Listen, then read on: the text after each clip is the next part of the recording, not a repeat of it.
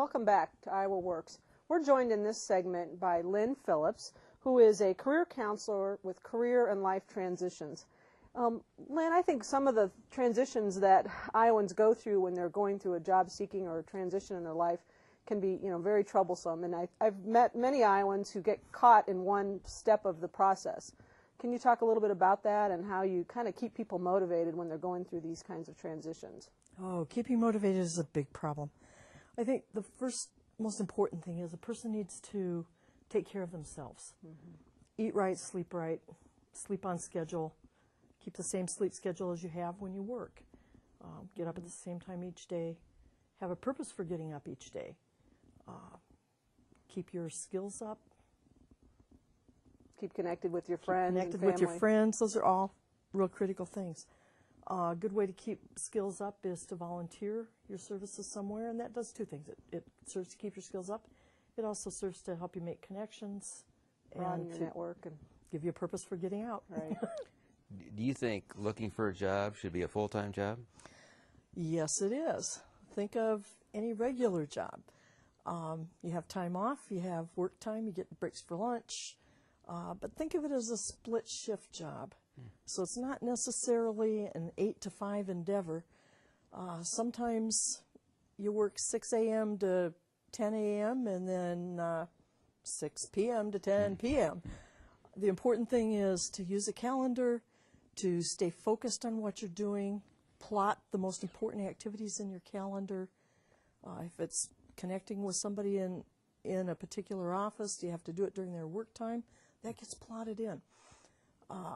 If you have a meeting to go to, if you have a networking event to go to that are off hours, plot those things in. So if you spend 8 hours a day, it doesn't matter which 8, but treat it as though it is a full-time job. And as you work with clients, what's the most difficult issue you think most of your clients face, the most common issue? The most common issue in terms of being stuck, I think it's losing focus or failing to have a focus to start with.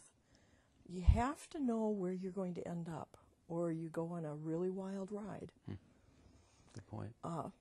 If you keep your focus and know what your ultimate goal is, then everything you do serves the purpose toward getting you toward that goal.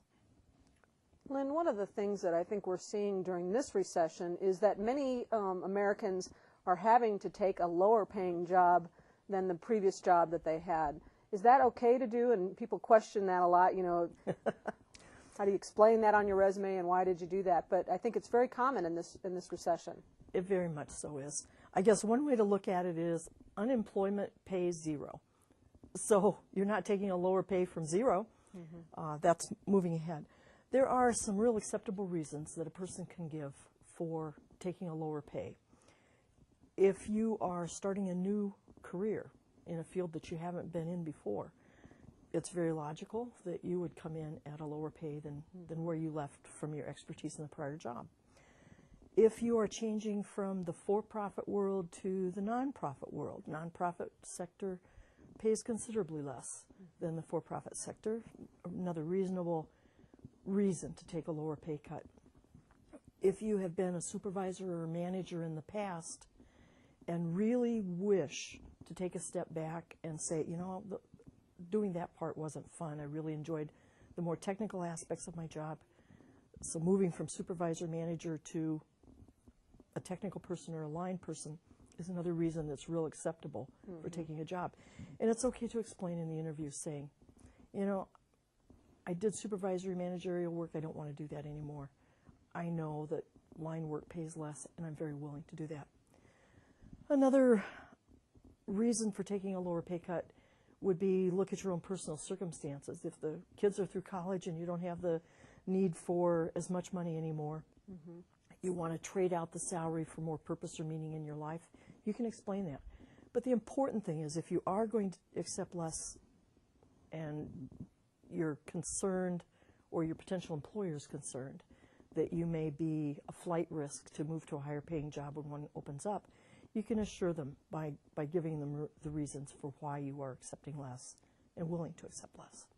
Makes sense. Mitigate the damage. And we've talked to a number of people who have lost jobs and after some time found another job and they think things really did work out for the best. Have you ever been in an unemployed situation or a laid-off situation? Yes, I have a couple times in my life. That's part of the reason why I'm self-employed now, is it's real hard to lay yourself off. Sometimes people are too hard on themselves, though. Sometimes they are.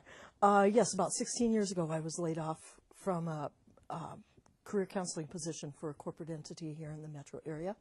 And I used that as an opportunity to explore going into business for myself, and have done that. And have done pretty well since then. Oh, that's fantastic. So there are lots of different opportunities and options. There really are. There really are.